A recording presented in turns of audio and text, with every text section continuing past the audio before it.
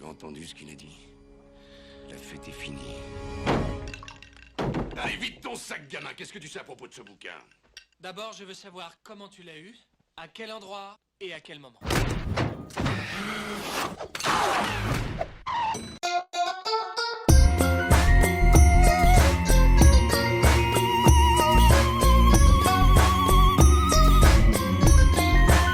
Hello Frédéric.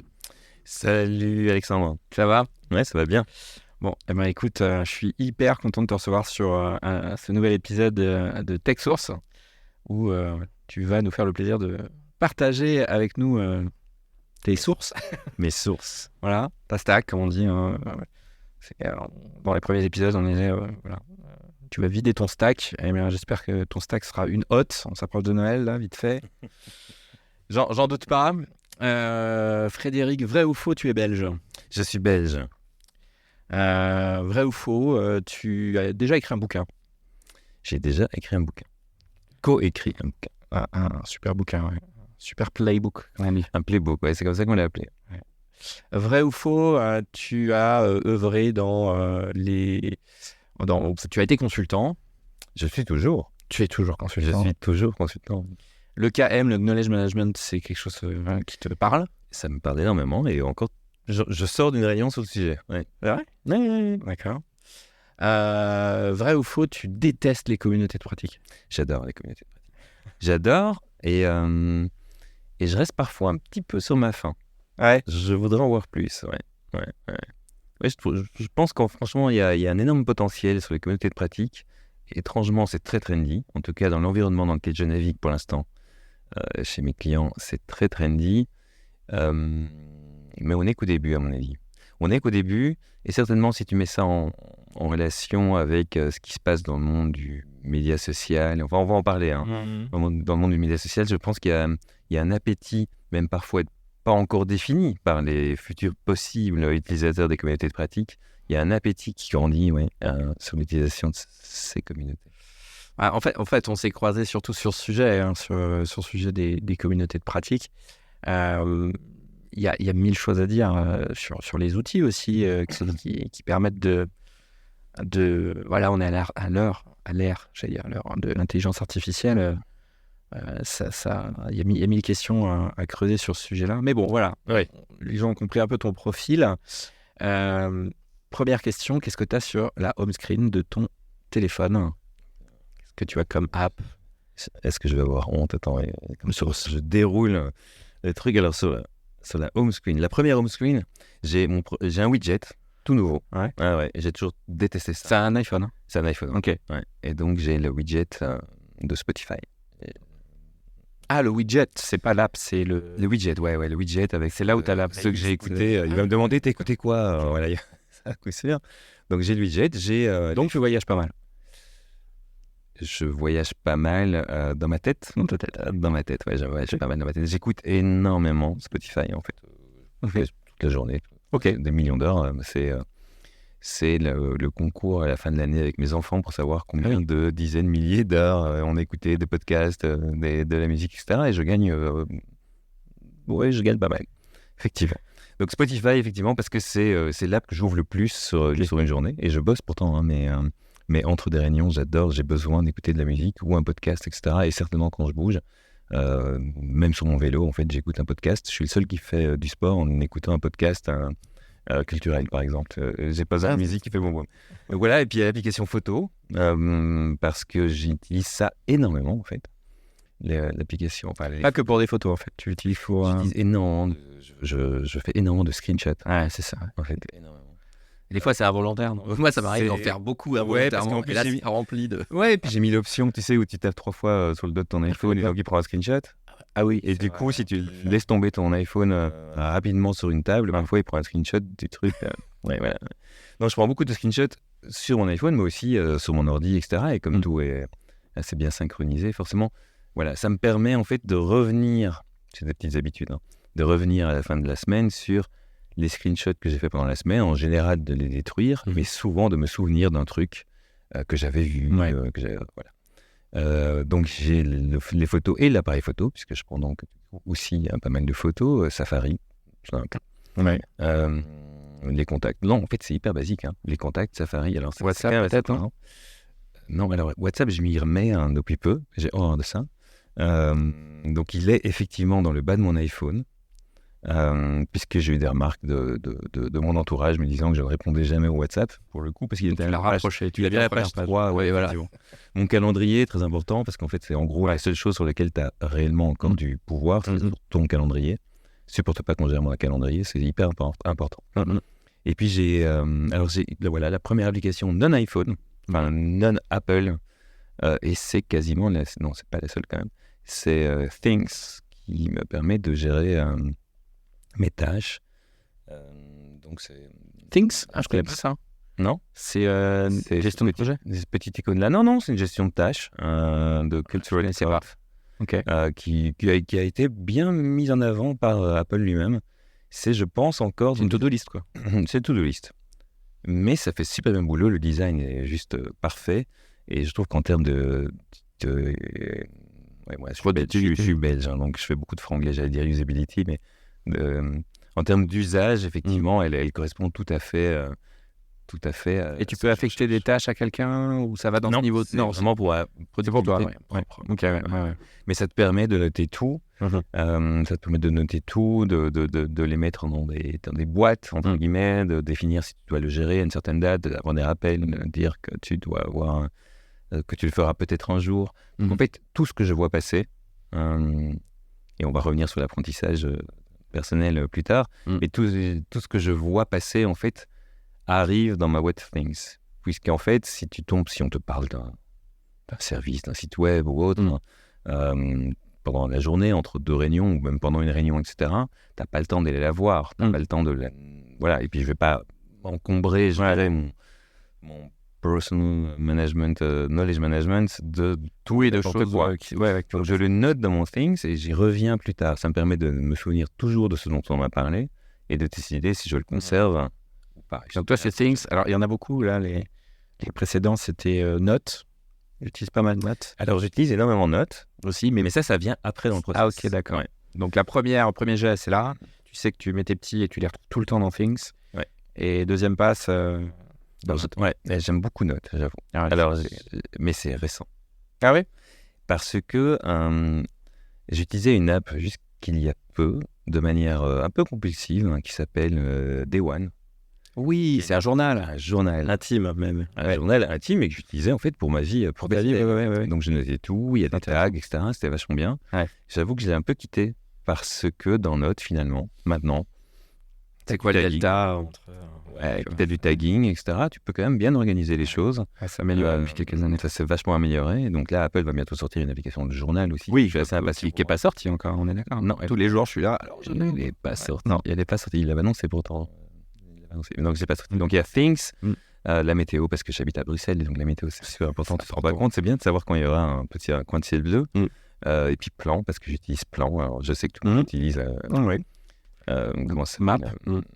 Ouais, Maps, ouais. Ah oui, alors ça, c'est un autre truc. J'ai passé mon iPhone en français depuis 2 semaines. D'accord. Je suis tout à fait perdu, parce que je l'avais toujours eu en anglais. D'accord. Parce que c'est synchronisé avec mon ordinateur, etc. Et que je préfère l'avoir en anglais, parce qu'en général, les podcasts que tu écoutes et les références, effectivement, sont en anglais. Donc, la bonne chose dans un iPhone, c'est quand tu cherches en anglais sur un téléphone en français, il te trouve quand même l'application qui correspond en français. Ou l'inverse. Et la raison pour laquelle je l'ai passé en français, c'est que, comme j'utilise beaucoup iMessage, je sais, ça paraît vieux, mais comme j'utilise beaucoup iMessage et que maintenant il retranscrit tes vocaux, ça ne fonctionne que si ton téléphone correspond à la langue que tu utilises pour tes vocaux. Or, ça retranscrit les vocaux? Je sais pas. Oui, ça va. Tu laisses un vocal. Et ça te fait un transcript écrit dans le message avec ton vocal. Donc si tu as... Moi, je trouve ça génial, parce que si tu es en réunion et que tu reçois un vocal, c'est hyper frustrant. Les vocaux sur WhatsApp, c'est l'horreur. Ah mais oui, moi je fais la même chose maintenant sur ChatGPT, mais je savais pas que... Ah ouais. Et donc tu cliques dessus et tu as tout le retranscrit qui est nickel. Qui est nickel, ouais. Je sais que tout le monde se moque de Siri, mais effectivement, pour le coup, le retranscrit est nickel. Mais ça ne fonctionne que dans une langue. En tout cas, à ma connaissance. Et comme tous mes devices étaient en anglais, et que la plupart des gens à qui je laissais beaucoup, c'est en français, ça ne fonctionnait pas. Et la raison, c'est que tu dois avoir ton téléphone qui... Voilà. J'espère qu'un jour, ils changeront. Le pouvoir de la langue et des amis, en fait, l'influence du réseau qui influe sur toi. Donc j'ai ça, et puis j'ai Teams, que je n'aime pas du tout. Comment ça? Je n'aime pas du tout. Mais en tout cas, il y a, Ça il y a plein- s'améliore depuis il y a quelques plein, années. il y a quand même. plein de raisons. Ouais. Moi, je En l'ai fait, tu te rappelles, il y a un an. Il y a un an et demi, 21, 2 ans. C'était quand même très dur, Teams. Maintenant, là, il y a quand même... non, Il y a des choses... il y a des choses vachement bien. Et puis tu peux le connecter à plein d'autres choses. Ça dépend évidemment de l'écosystème dans lequel tu es, dans la société pour laquelle tu travailles à un moment donné. C'est pas que l'application, c'est aussi la manière dont les gens l'utilisent. Et on va revenir, tu en parlais tout à l'heure, sur le knowledge management. Ouais. Et malheureusement, beaucoup de gens pensent que c'est une application pour faire aussi du knowledge management. Il n'y a pas de tag dans Teams. Non, donc c'est vrai. tu peux pas. Alors tu peux l'intégrer évidemment avec SharePoint Online, etc. et faire un truc. Mais honnêtement, c'est pour moi souvent très très mal utilisé, et surtout si tout est là-dedans, tu t'y perds. Mais bon, voilà. Donc toi, tu l'as pour l'émission, pour les... Je l'ai parce que mon principal client pour l'instant utilise Teams. C'est ça, je pense qu'on a tous Teams parce que y a quelqu'un à Teams. Quoi. C'est pas forcément une démarche perso. Voilà, exact. Non. Mais cela dit, c'est pas que Teams. Je suis pas complètement fan non plus, j'avoue, de Discord. Je suis pas complètement fan de Slack, etc. Même si je les préfère en termes d'usage et même de design. C'est dur de trouver quelque chose qui fait bien le job, parce qu'il n'y a plus vraiment de leader, en fait. On est tous un peu revenus de ces community platforms. Ouais, parce que c'est trop du real time pour moi, je pense. Et surtout, tu ne retrouves rien derrière. Vraiment pas grand-chose. Donc, ou difficilement. Ouais. Ça s'est amélioré. Il y a un nouveau Teams depuis une semaine qui est sorti, en tout cas sur Mac. Et effectivement, la recherche semble être... D'accord. Mais je n'ai pas fait la mise à jour. bien, ouais. Et puis j'ai LinkedIn, parce que c'est finalement le seul média social qui reste encore convenable à mes yeux. Ouais. Il ne reste plus grand-chose. Donc, Twitter, tu étais dessus, tu y es plus? je suis... Anti-Twitter. Non, pas du tout. Et je suis sur Twitter depuis 16 ans. Ah oui, donc non. Tout au début, et j'avais même le @Frédéric, et puis comme je comprenais pas à quoi ça servait, je l'ai changé, j'ai rajouté des lettres, et puis je me suis rendu compte qu'effectivement c'était dommage d'avoir perdu le @Frédéric qu'on avait pris entre temps. Non, je suis dessus depuis 16 ans. Je n'aime plus du tout. Depuis quelques mois. Parce que l'information que ça me pousse n'est absolument pas ce que je voulais voir. Ouais. C'est dingue comment ça. Donc j'ai passé page 2. Alors qu'il a toujours été dans le bas de mon iPhone depuis que j'ai un iPhone. Ouais. Donc c'est quand même un home screen assez classique.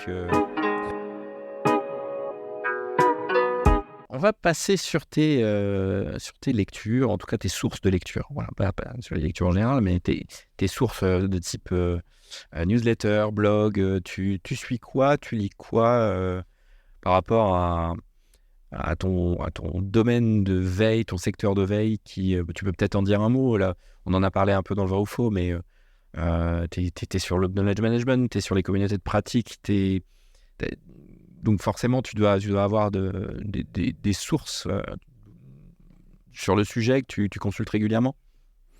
Ouais, alors il faut peut-être préciser un truc, c'est qu'effectivement, je suis effectivement sur les communautés de pratique, et j'aime l'aspect stratégique des choses, la mise en place, à quoi faut-il penser, que faire d'abord, que faire après, à quoi faut-il faire attention, etc. Donc, c'est l'objet d'ailleurs du playbook dont tu parlais juste avant. Mais je suis aussi assez convaincu de l'énorme importance on pourrait appeler ça de la flexibilité ou de la rapidité à laquelle tu dois, en tant qu'équipe, en tout cas, gérant une communauté de pratique, tu dois être super flexible et super rapide. Ouais. Ça veut dire qu'en gros, je ne suis pas vraiment un consultant qui va te donner des conseils et puis dire débrouillez-vous. J'aime faire les choses. Donc, dans une communauté de pratique, suivant le système, l'outil que tu utilises, tu as énormément de visuels. Si tu as une communauté de pratique avec des jeunes, je ne veux pas schématiser parce que les plus âgés aussi, mais c'est vrai que pour l'instant, je travaille beaucoup avec une communauté de pratique où il y a beaucoup de jeunes. Ils te disent, s'il y a plus de 2 lignes, laisse tomber. Et surtout, il faut que ça soit visuel. Il faut aussi qu'une communauté de pratique soit visuelle. Donc, tout l'aspect visuel, qui fait partie de ma pratique à moi aussi, est super important. Donc, dans les choses que je suis, il y a toute la veille sur les communautés de pratique, mais aussi toute la veille sur les nouveaux outils qui te permettent de créer des visuels. Sur les contenus, pour répondre à ta question, en fait, je suis assez fan de Medium. Ouais, t'es resté sur le format mais qui est agréable. Hein, Voilà, ouais. Mais je lis de moins en moins, j'avoue. J'ai plus d'abonnements payants, honte à moi. T'accèdes du coup à moins de choses, parce que Medium, c'est beaucoup payant maintenant. Voilà, c'est exactement. C'est pour ça que je lis de moins en moins. J'ai plus ou moins un réflexe tous les trimestres de remettre à jour mes flux RSS, etc. etc. Mais en fait, je n'ai jamais le temps de les lire. Twix, j'ai entendu dans un podcast que Twix c'était pas mal comme. Bah alors, je connais pas du tout. Twix, c'est l'abréviation de Twitter et X. Donc, Twix. Je découvre des choses. D'accord. Twix, ouais, Ah oui, je trouvais ça drôle. J'avoue que ces derniers temps, je suis beaucoup sur TikTok. Alors, ouais, je suis assez. ça, c'est un rabbit hole. Moi, je me suis fait attraper. Ah oui, moi, ça c'est. Mais en plus, l'algo de TikTok, il est, je trouve qu'il est bien fait parce que il suffit que tu regardes 3-4 trucs que tu adores et il te repousse 3-4 trucs géniaux. Oui, alors ça, c'est toujours le souci. C'est-à-dire qu'effectivement, tu vas à un festival de musique électronique, tu cherches le gars, tu cherches le DJ que tu vas voir le lendemain sur TikTok et tu te retrouves avec un DJ. J'adore, c'est pas le problème, mais pendant 3 jours, t'as que ça, effectivement. Au début où j'étais sur TikTok, comme je ne like pas grand-chose, j'avoue, c'est assez passif. Vu mon âge, effectivement, j'avais plutôt des jeunes filles qui m'étaient proposées, donc ça a disparu. Mais effectivement, ça c'est le truc peut-être pas drôle, mais tu viens de me demander de dire ce qu'il y avait sur la première page de mon téléphone. Ce qui est très très chouette avec ses amis, c'est de demander de montrer leur TikTok. Ça me permet de voir effectivement ce qu'ils ont vraiment regardé. Bon, cela dit, parfois ça c'est une bonne idée, ça, tiens. Ça, c'est pas bête. Tiens, prochaine épisode. Non, mais tu nous en pas maintenant, on n'a plus le temps. Mais donc voilà, TikTok, Instagram. Instagram, toujours en fait, et j'avoue que l'algorithme est très très bien foutu. Alors, je l'utilise principalement justement pour toute ma source de petits trucs et astuces Illustrator. Et je suis chaque fois super content. Tous les jours, j'ai des trucs. Donc, tu utilises TikTok et Insta comme des sources de lecture, finalement, ou de contenu. Enfin, tu vas faire ta veille un peu sur... contenu, mais plutôt des contenus tech, plutôt des contenus sur les visuels, etc. Pas des contenus genre conférences ou autre, non.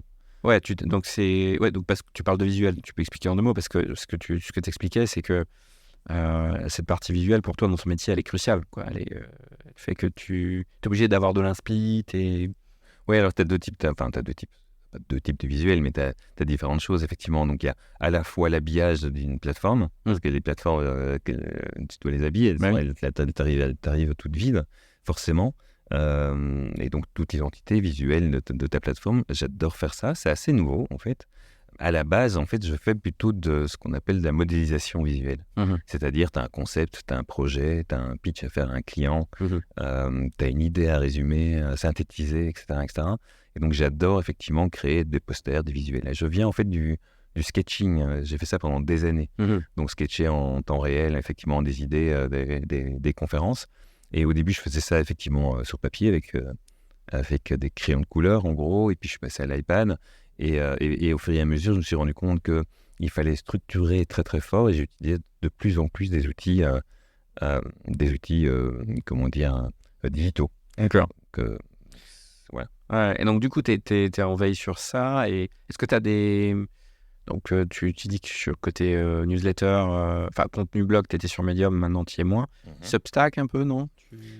Quelques newsletters, mais assez peu en fait, parce que j'aime beaucoup apprendre les choses de manière... on parlait beaucoup de la sérendipité au début, etc. Mais j'ai toujours ce mode d'apprentissage, en fait. Et c'est pour ça que j'aime bien quand des contenus me sont proposés que je n'aurais jamais été forcément recherché ou qui sont parfois très, très éloignés du contenu original. Et avec les newsletters, forcément, c'est toujours... Alors, j'ai tendance à m'abonner à une newsletter, la lire pendant quelques temps et puis me désinscrire pour passer à une autre. Ah, t'as le réflexe. Tu le laisses pas pourrir pendant des... Non, je suis hyper organisé. Je termine ma journée avec ma boîte mail vide. Non, toi, t'es en zéro inbox. Ah ouais, je suis en zéro inbox. Ouais. Le matin, je commence par ça et je termine par ça. Alors, il y a toujours 2-3 qui restent. Tu n'utilises pas ta boîte mail comme Knowledge Management Center, quoi. Non, mais ça n'a pas été designé pour ça, donc c'est ça qui est dingue. Mais Moi, je dois avoir 100 000 mails, les gens quand ils bossent. Ah ouais, non, moi c'est 0, ouais. Mais par contre, tout ce que je dois suivre, effectivement, se retrouve relié dans mon Things dont je parlais tout à l'heure. Ouais. Donc c'est ça qui me permet de retrouver effectivement les choses. Et bon, écoute, Il y a un truc quand même sur l'apprentissage. Donc évidemment, je passe d'un truc à l'autre et puis j'essaie de lire de temps en temps aussi des magazines. Hein, donc je me suis abonné des revues, des revues, ouais. papier, quoi. Des revues. Non, sur Readly. Comment Readly.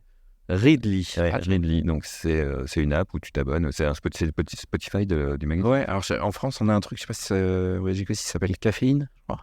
Je connais pas. Ouais. Readly, ça existe. Readly, ouais. Il y a toute la presse Il y a toute la presse française dedans. toute la presse. T'as un abonnement. C'est un abonnement, je crois que c'était. Je l'ai arrêté là. C'était 13-15 €. Ok. Est-ce que tu as des abonnements payants sur des newsletters ou des choses. Sur des newsletters, non. J'avoue, non. Non. Et des. Ouais. Non. Non, je suis assez intrigué par un nouveau truc, c'est ce qui s'appelle les collaborative articles on LinkedIn.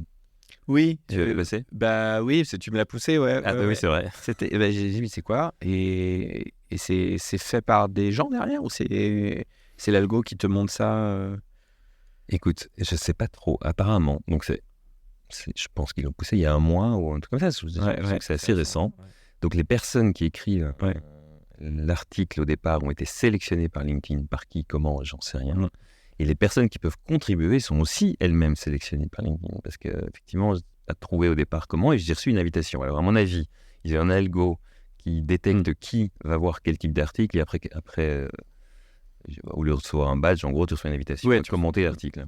Ce qui est intéressant, c'est que l'article est découpé en différents chapitres et que tu peux commenter sur l'ensemble de ces petits chapitres.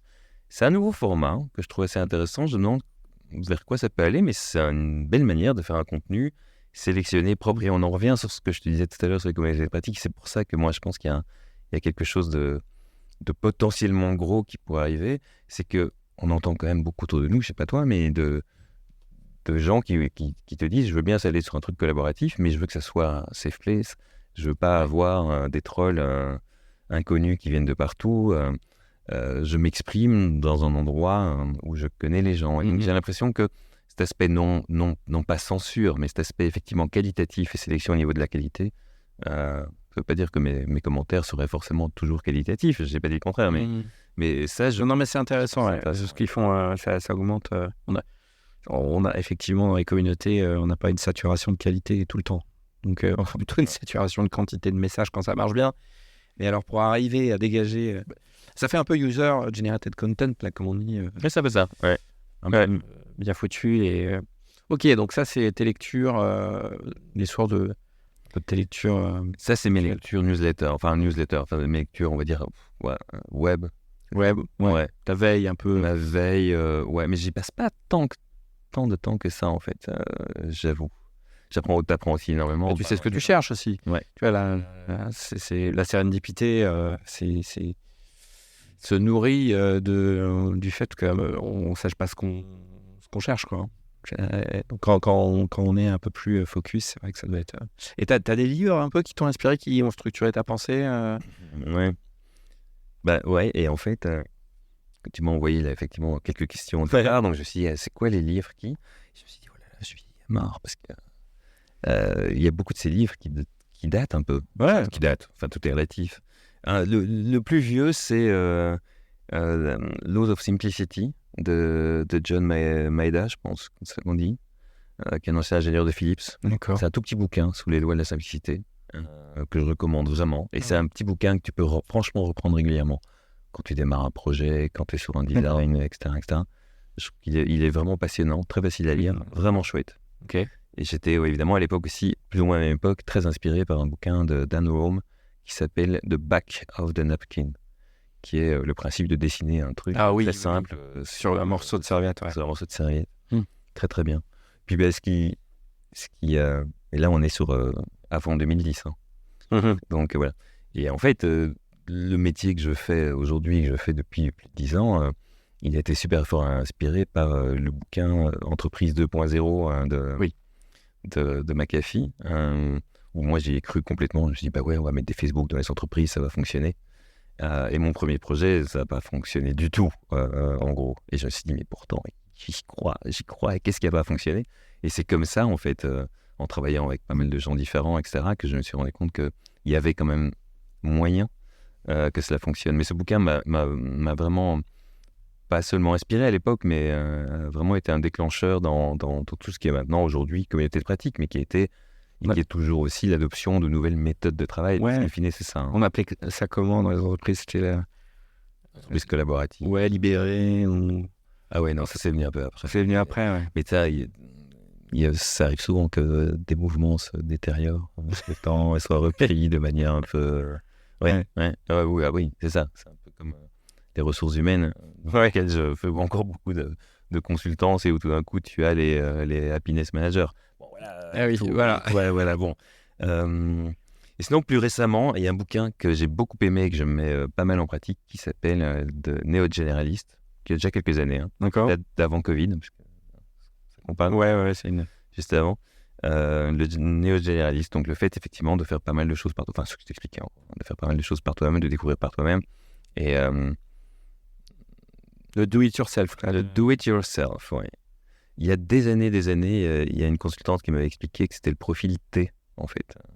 Et le profil T, c'est le fait effectivement que la barre verticale de ton T, c'est ce que tu vas vraiment approfondir, c'est le cœur de ta connaissance, de ton métier.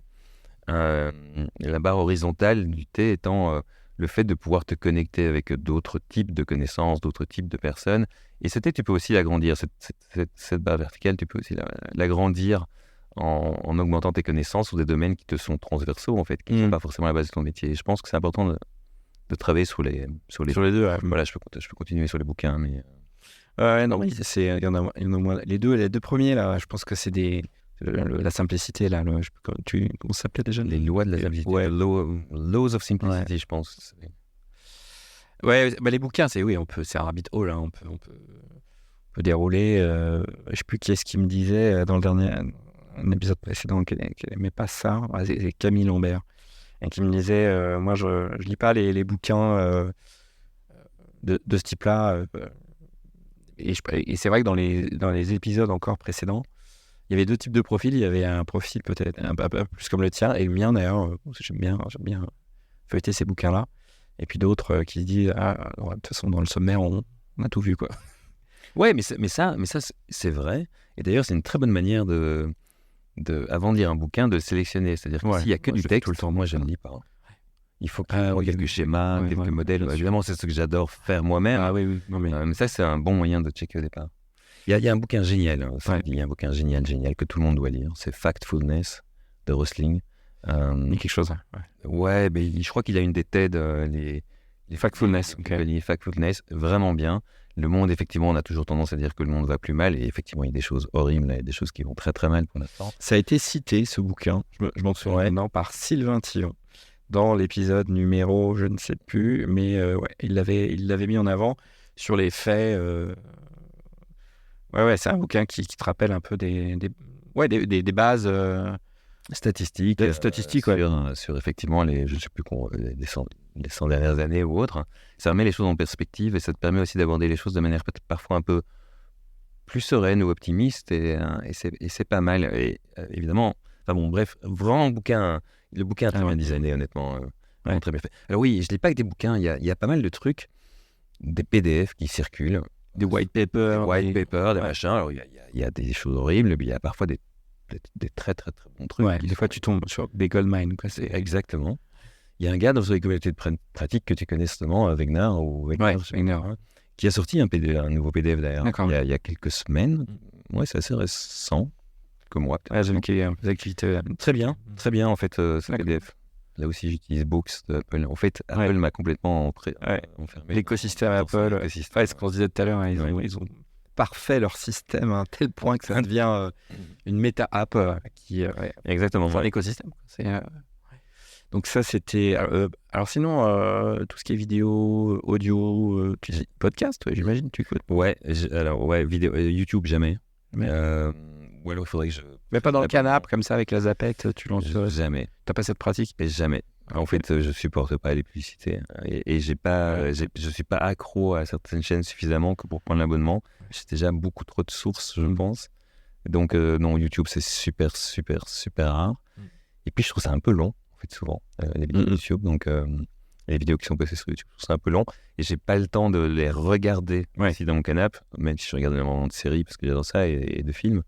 Donc, je suis plutôt podcast. Alors, sur les podcasts, sur les podcasts, ça, j'ai mes petites habitudes. Je suis super, super, super accro depuis des années. C'est un podcast belge qui s'appelle, mais qui est écouté aussi beaucoup, beaucoup en France, mais qui s'appelle 5 heures cinéma. Enfin, le nom, c'est un podcast de la RTBF. D'accord. Avec, qui est fait par deux gars depuis je pense, non, si c'est pas quasi 30 ans, non, 20. Avec lui maintenant, j'ai un doute. Bref, c'est un podcast sur le cinéma. Sur le cinéma, donc, c'est critique cinéma, critique série et critique musicale maintenant, sur les nouvelles tendances musicales, etc. Et les critiques cinéma sont faites avec beaucoup d'humour. Alors, évidemment, la qualité est faite en studio, donc la qualité est assez incroyable. C'est en français ? C'est en français, et il y a un franc-parler que tu ne retrouves pas du tout dans la presse française. D'accord. Donc, ça fait du bien. Bon, évidemment, voilà, j'ai grandi avec ce podcast. Aujourd'hui, ce qui est assez intéressant, on peut revenir sur les podcasts, c'est qu'ils en font un tous les jours. Donc, c'est tous les jours. C'est un daily podcast. C'est un daily podcast depuis 1 an ou 2, je pense. C'est un daily podcast, mais ça te fidélise à mort, en fait, parce que ce qui est super important dans un podcast, c'est la régularité. Ah, mais ça, je crois profondément au daily thing. Pour l'avoir testé sur une newsletter pendant le confinement, mais t'as dit, je vais en sortir une par jour, de toute façon, j'ai du temps. Et c'est comme ça que j'ai développé mon audience, en fait. C'est très puissant. Parce que, effectivement, les gens, une fois qu'ils savent que tu publies tous les jours, ils attendent, tu as des effets composés. Et alors, pour un podcast, je l'avais pas vu ça, je l'avais jamais entendu. C'est assez récent. Daily de podcast, j'adore le format. C'est limite une radio, quoi. Mais en fait, c'est un podcast qui est fait par la radio oui, c'est ça, voilà. francophone, belge. Ouais, effectivement, ils ont énormément développé les podcasts à la RTBF. Je te le conseille. J'écoute aussi des podcasts de la presse officielle, entre guillemets, française, comme je trouve que les podcasts de l'Express, personnellement, sont assez qualitatifs. Enfin, il y en a plein. Mais celui-là, je suis vraiment accro. Et les podcasts indés, des gens j'aime beaucoup, et j'ai honte sur moi parce que j'ai toujours pas mon profil, comment ça s'appelle, enfin bref, j'aime beaucoup le podcast Rendez-vous Tech. Rendez-vous Tech, que je trouve très frais, très c'est un classique, très intéressant, et j'aime bien sa manière d'aborder la tech tout en donnant une critique. Effectivement, c'est un classique, mais ça fait partie d'un de mes classiques, et effectivement, je n'ai toujours pas mon abonnement à, comment ça s'appelle, le truc qui te permet de payer, j'ai oublié le nom. Bref, donc ça c'est un podcast tech, donc effectivement que t'écoutes en faisant du sport ou... que j'écoute souvent, effectivement. Alors c'est assez classique ce que je veux dire. J'écoute des podcasts pour m'endormir parfois. Ça fait partie d'un des moments où j'écoute le plus de podcasts, et l'autre moment, c'est quand je suis dans les transports en commun ou sur mon vélo, effectivement, ou dans la voiture. T'y crois au podcast vidéo, toi, ou pas? Tu t'en consommes ou pas? Non. Enfin, si tu considères qu'une vidéo d'une minute sur TikTok est un podcast. Ah oui, non. Non, donc non, moi les podcasts vidéo, j'y crois pas trop, parce que c'est pas mon usage. Je me présente. Enfin, je sais pas si... Et même pendant le confinement, tu regardais pas plus de... Non, encore moins, je pense. J'ai presque tendance à dire que j'y crois encore moins maintenant, après le confinement, qu'avant. Parce que je passe toute la journée... je travaille à, j'allais dire 99%, à 99% de mon temps à distance. Donc, je suis tout le temps devant l'écran, tout le temps. Et j'adore regarder des séries. Donc, si en plus je rajoute ma veille... c'est hyper intéressant, parce que là, en fait, il y a énormément de possibilités pour les créateurs de devenir des médias eux-mêmes. Donc, tout à fait. C'est une commodité que de faire une chaîne YouTube, de faire des émissions. Donc, du coup, c'est le choix du riche, quoi. Tu te dis, je fais un podcast, je le fais en audio, je le fais en vidéo, je fais les deux. Finalement, en fait, on se rend compte que l'usage derrière du podcast, c'est l'audio, quoi. Point. Et ça peut toujours penser à ces entreprises où des personnes disent, je ne pourrais pas venir à la réunion, mais est-ce que vous pourriez l'enregistrer pour que je regarde la réunion après? Tu te dis, mais ils dorment quand? Et je ne suis pas certain que les gens le fassent. En revanche, il y a un usage peut-être à développer ou une application à développer pour Teams, que sais-je, Oui. que tu puisses enregistrer effectivement et diffuser sous forme de podcast et écouter quand tu es dans le transport le matin, etc. ou autre. Ouais. L'enregistrement Le replay. précédente, le replay, pourquoi pas.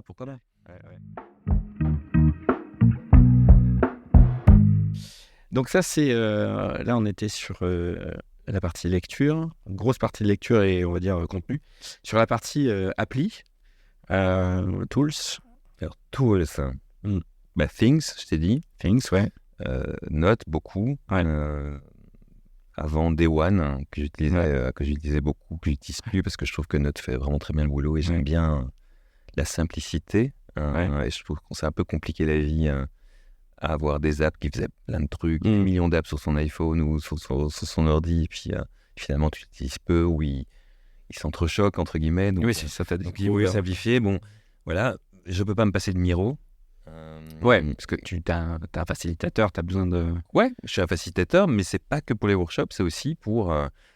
Tu utilises pour un autre usage? Bah ouais, toutes les réunions en fait. Pour beaucoup de ces Ouais, c'est réunions, vrai. la prise de notes en commun, Ouais, etc. tout à fait. Et j'aime pas trop les notes, enfin forcément c'est ce que je fais, mais j'aime pas trop les notes linéaires. Oui. Moi, je ne relis pas. Donc le fait dans une réunion de mettre des post-it, de les relier, de schématiser. De colocaliser dans un même espace, Ouais. c'est vrai que c'est puissant. Ouais.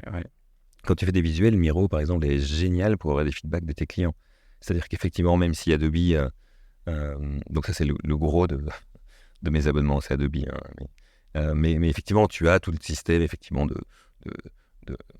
de commentaires que tes clients peuvent te mettre sur des visuels, etc. Ça remplace pas, je trouve, le côté visuel, l'aperçu global de l'ensemble des visuels où tu peux rajouter des notes facilement, expliquer à ton client, envoyer le lien. Je l'utilise aussi de manière asynchrone en fait, Miro. Ouais. Alors, j'avoue que j'ai commencé à découvrir Freeform de Apple. D'Apple, ouais. Qui, à mon sens, c'est peut-être moins quelque chose sur la collaboration que Miro. Miro, franchement, je suis complètement addict et je trouve qu'ils ont vraiment développé. Même l'AI, au bout, ouais. Même l'AI dans Miro est assez bleu. Ah tiens, je peux essayer, ouais. Ouais, tu as plein d'outils différents, comme créer une image pour si tu dois créer un visuel, si tu utilises Miro pour faire des slides, par exemple. Ça, c'est vrai que c'est un usage d'ailleurs Miro. Tu peux créer tes slides dans Miro et puis utiliser ça exactement comme un PowerPoint, sauf qu'il est effectivement plus interactif by design. Ouais, tu as une petite appli, tu as un triangle, tu appuies, ça fait un diapo, quoi.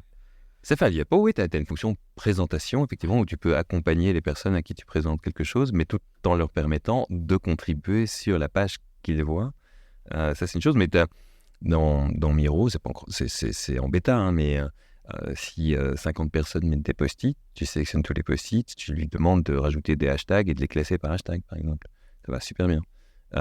Ou tu fais un mind map dans Miro, tu commences, tu mets ton thème au milieu, tu rajoutes 2-3 points qui te viennent à l'esprit, tu es bloqué, tu demandes à l'AI de Miro de rajouter 2-3 points pour qu'il t'aide à te débloquer dans un workshop, par exemple, d'innovation, de créativité, etc., etc. Donc, ça débloque vraiment les choses. Et moi, j'ai une question pour toi, c'est est-ce que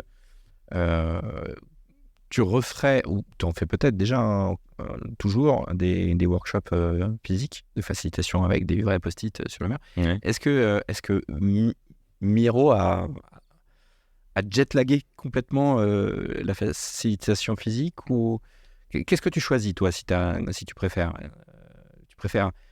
le faire avec Miro parce que clairement, franchement, ça capitalise l'info, ça la structure, ça... Ou tu te dis, non, il y a un truc qui fait que le momentum physique, c'est pas remplaçable. C'est quoi ton avis? Parce que moi, du coup, parfois, j'ai vraiment la tentation de me dire que on perd parfois un peu de temps dans les workshops physiques et qu'on s'amuserait presque à faire du Miro physique. C'est-à-dire, être tous connectés dans une salle en train de faire du Miro. Ah ouais, mais complètement, ouais. C'est difficile, en fait, ta question, parce que... Je préfère effectivement Miro. Je préfère rester chez moi ou au coworking ou whatever, mais je trouve que c'est plus efficace. Les gens n'ont pas forcément de temps, donc tu arrives à faire un workshop de manière plus simple, peut-être plus court, sans que les gens aient à se déplacer. Oui. Donc tu as accès à plus de monde potentiellement, et tout le monde potentiellement peut participer plus vite. Tes notes sont plus clean, tu peux l'exporter, etc., etc. Donc il y a plein d'avantages. En revanche, effectivement, tu loupes un peu le côté informel. Enfin, tu loupes pas un peu, tu loupes franchement le côté formel, Oui. le côté relationnel, humain des choses. T'as pas le momentum. Ouais. Mais t'as déjà fait de l'hybride, c'est-à-dire t'es dans une pièce, t'as un énorme screen et t'affiches Miro dessus, et tout le monde contribue avec son PC. Ouais, bah c'est les gros questionnements dans la plupart des entreprises. Hein, c'est... Jamais fait, moi. Ah non, j'ai jamais fait Ça va. Ou alors vraiment en réunion, tu vois, tu partages ton écran, mais en vrai, tirer la ficelle de ça, je pense que tu peux aller loin. Ouais, alors les écrans, les grands écrans de Cisco, de Microsoft, il y a plein de marques qui développent ce genre d'écran tactile, etc. Ça, honnêtement, moi, j'ai jamais été très très fan parce que effectivement, ça fonctionne pas. Aussi fluide. Ouais. Les ordinateurs, j'aime pas trop non plus parce que le côté relationnel, justement, que tu recherches lorsque tu es en présentiel, tu le perds. Tu as tout le monde qui est derrière son ordinateur. Avec un iPad ou une tablette, qu'elle soit, t'as encore l'attention. là, ouais. Mais il faut que chacun Soit tactile, quoi. il faut que chacun ait effectivement son device, je trouve. Ouais. Ouais, et là, ça devient possible. C'est hyper intéressant. Donc la suite Adobe, ça c'est La suite Adobe, enfin, moi, je à travers Ouais. Et ça, moi, je suis vraiment... Enfin, là, je trouve pas tout, hein. Pas tout quand même. la creative suite. Mais la plus... Ouais. Je trouve que ça s'est vraiment très, très bien développé. Autant au départ, la complexité d'Adobe, les menus tout petits, tout moches, c'était difficile. Puis là, ça rachète, Figma. Ouais, exactement. Ouais. Mais ça, ça, on verra. C'est encore un peu tôt pour savoir comment ça va se développer. Mais en revanche, effectivement, si tu regardes Lightroom, Illustrator, InDesign, etc., et surtout comment dire, la partie mobile qu'ils ont développée, donc à la fois avec parfois la version classique, mais toujours la version mobile, mais qui continue à se développer, le fait que tu puisses effectivement très facilement passer, en tout cas pour certaines d'entre elles, Illustrator par exemple, de ton iPad à ton ordinateur de manière très fluide, moi je trouve que l'écosystème devient très puissant et à mon avis est un écosystème qui est en devenir bien plus grand que les suites bureautiques qu'on a appris quand on était petit, qui aujourd'hui sont pour partie en tout cas un peu obsolètes, un peu désuètes comme le mot désuet étant désuet lui-même, donc effectivement je ne sais pas, mais ouais. Je pense qu'il y a un énorme potentiel et les résultats sont incroyables. L'intégration des dernières semaines de l'AI dans les outils Adobe est vraiment très très impressionnant. Ouais, sur la générative AI, sur le dessin, tout ça, c'est vrai qu'ils ont ils ont pris de l'avance et ils sont encore dans la course. On va parler un peu des personnes, des influenceurs de ton secteur que tu suivrais. T'en as quelques-uns, des people to follow, des gens, par exemple, là, tu vois, on a discuté de ton domaine, le KM, les communautés. Si moi, je devais diguer ces sujets-là, tu me dirais, vas-y, suis ces trois-là. T'as un sujet particulier? Je pourrais pas te sortir un million de noms comme ça, je pense. Moi, il y a des choses que je suis, que j'aime beaucoup parce qu'ils apportent toujours, et ils ont apporté depuis longtemps, des choses nouvelles et intéressantes et qui sont dans mon domaine. Mais je suis quand même encore toujours, après autant d'années, Dave Gray par exemple. Beaucoup. J'ai lu ses bouquins, j'aime bien ce qu'il fait. Il est en train de sortir sur Kickstarter, justement. J'ai backé le truc. D'accord, il a une campagne. Okay. Ouais. Il y a une campagne qui vient de se terminer d'ailleurs avec beaucoup de succès. C'est un jeu de cartes avec tous les modèles visuels effectivement qui te permettent d'aborder différents sujets. Je ne l'ai pas encore testé puisque j'attends avec impatience qu'il arrive. Mais Dave Gray, de manière régulière, m'a souvent impressionné par la capacité de raconter des choses de manière simple et d'arriver vraiment au cœur des choses et de se poser les bonnes questions. Donc ça, effectivement, c'est quelqu'un que je suis avec plaisir, j'ai toujours suivi. J'aime beaucoup Jason Fried aussi, depuis le bouquin Rework. Rework. Et d'ailleurs, eux ont toujours cette suite aussi collaborative. Ah oui, derrière. 37... Basecamp. Ah non, Basecamp, ouais. Basecamp. Ah, elle est magnifique cette suite. Et elle a quelque chose de spécifique, d'asynchrone. Ouais, je l'ai utilisé en tant que freelance pour toutes mes missions. Ah ouais. C'est vraiment bien pensé. C'est un peu cher, hein, c'est 100 balles par mois, je crois. Ouais, c'est un peu cher. Ouais. Mais ça bouge pas trop. Un peu cher, tout est relatif. Moi, j'entends Oui. des gens me dire, oh là là, quand même, 9 euros.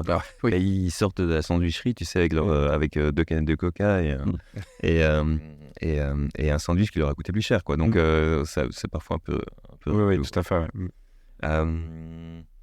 Non, j'ai découvert un type que je connais pas du tout, qui a justement, d'ailleurs, une newsletter, on en parlait tout à l'heure, qui s'appelle, c'est un Hollandais, je pense, qui s'appelle Tijn, comment est-ce qu'on peut dire, Tijn, c'est son prénom, Tjulker, je vois, quelque chose comme ça, Tjulker, et qui a une newsletter qui s'appelle The Mycelium, et qui est fait effectivement sur tout, ça va t'intéresser à mort, je vais t'envoyer le lien, qui est effectivement sur toutes ces interactions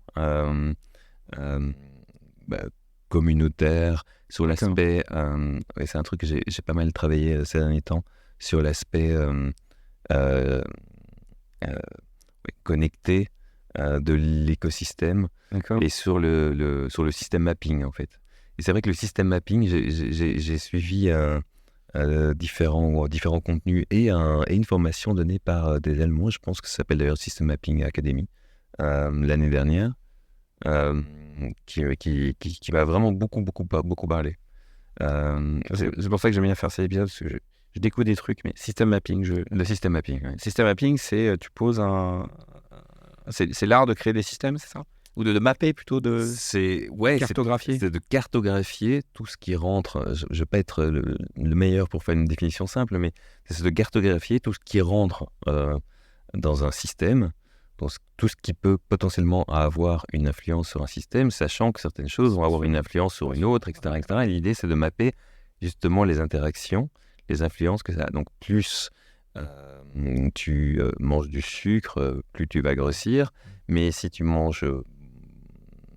j'ai pas d'exemple. Ouais. Et plus tu manges de sucre en même temps, peut-être plus ta conscience de grossir va augmenter. Et donc, du coup, tu vas faire plus de sport. Ça doit être super chaud de mapper tout ça, en fait, avec toutes ces... Écoute, ils ont des use cases, en tout cas, système mapping. Je vais- Elle est géniale. Il y a dans ce genre de newsletter et autres, si tu tapes sur les systèmes mapping, ça te permet vraiment d'aborder effectivement une situation, d'aborder notre réel et la complexité de notre réel, parce que la gestion de la complexité est quand même très, très, très, très importante. Ça te permet de l'aborder de manière complète et d'essayer de comprendre quels sont les patterns que tu vas pouvoir retrouver pour savoir vraiment, dans tout ce qui est en place, ce qui peut te permettre de faire évoluer le système, ce sur quoi tu devrais travailler en faisant évoluer le système.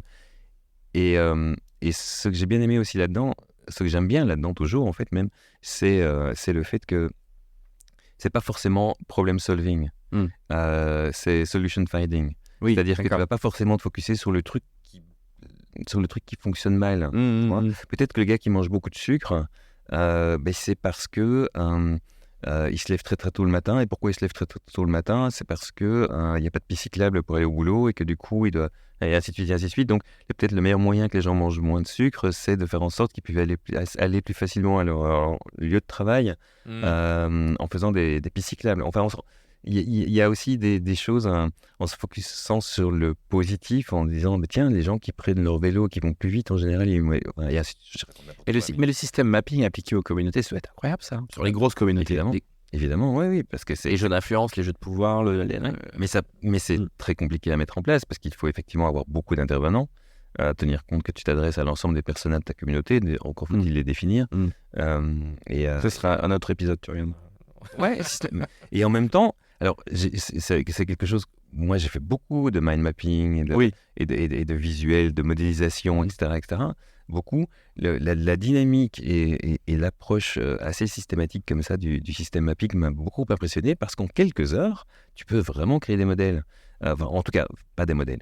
Vraiment créer des cartographies de systèmes qui ne seront pas forcément 100% corrects ou complets. Ouais, bien sûr. Ouais. Mais tu peux te servir de la création, parce que tu fais ça en groupe, de la création de ta carte pour aussi tendre vers un certain consensus ou en tout cas une vue commune des choses. Ouais, ça fait converger un peu les points de vue, quoi.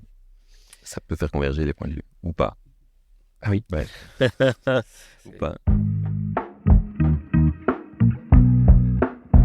On va dire la stack de loisirs, tu vois. Là, on était sur la stack pro et tout.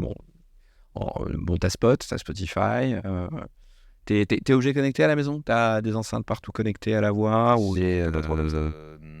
À la voix, j'utilise assez peu, non. Ouais. Non.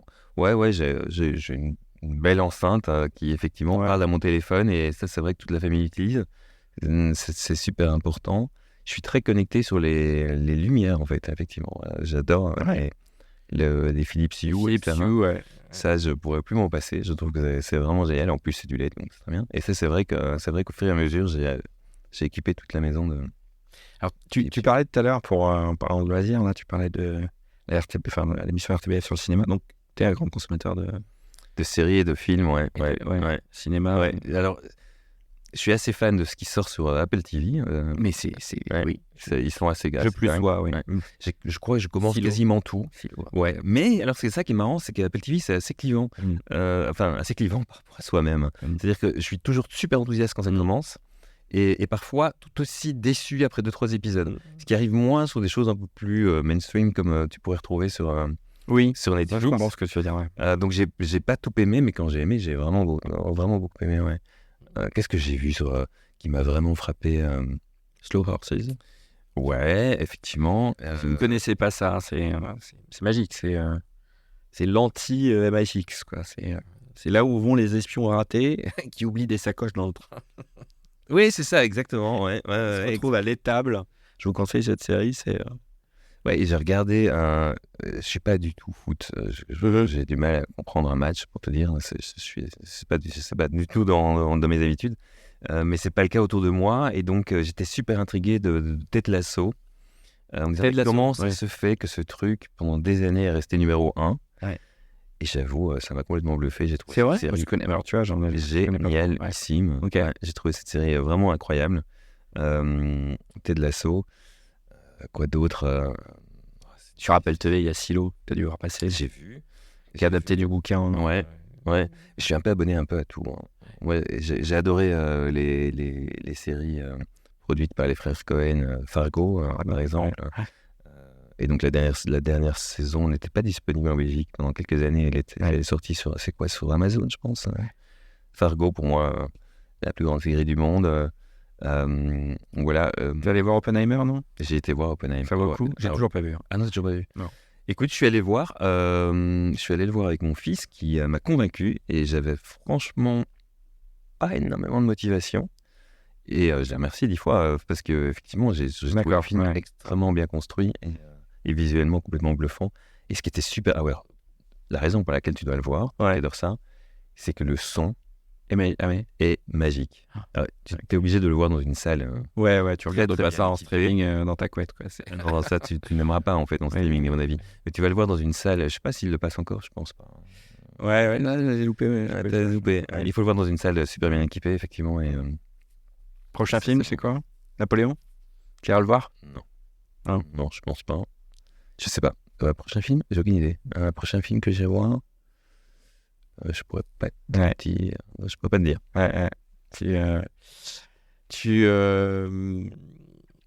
J'utilise d'ailleurs, toi qui me demandais pour les apps, une app qui s'appelle Just Watch.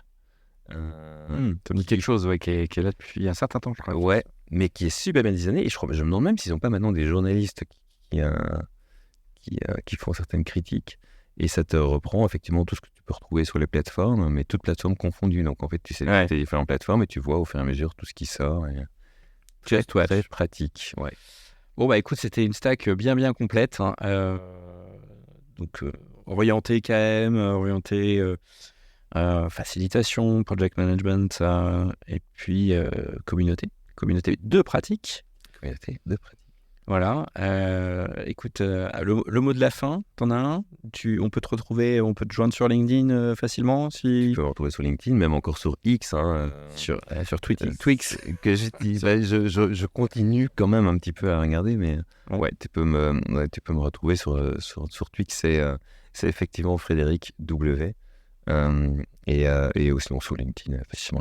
C'est là que je vais passer le plus de temps. Et je vous recommande le playbook que tu as écrit que j'ai coécrit avec 3 autres personnes qui sont des personnes qui travaillent pour la Commission européenne, qui est un de mes plus gros clients. On est d'ailleurs depuis 3 ans, on a démarré from scratch une communauté de pratique avec la DG qui s'occupe de l'éducation sur l'éducation au climat, qui s'appelle Education for Climate.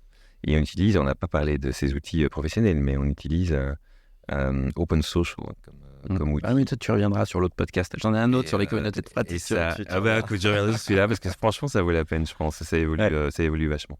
Ouais. En tout cas, un grand merci, Fred. Et puis, je te dis à une prochaine fois. À très bientôt quand tu veux. Merci. Merci d'avoir écouté cet épisode. Pour accéder aux sources de nos invités ainsi qu'aux transcriptions complètes et recevoir chaque nouvel épisode par email, alors une seule adresse, un seul chemin, rendez-vous sur techsource.io. En vous inscrivant gratuitement à la plateforme, vous débloquerez l'accès à toutes les ressources des épisodes de ce podcast. Enjoy!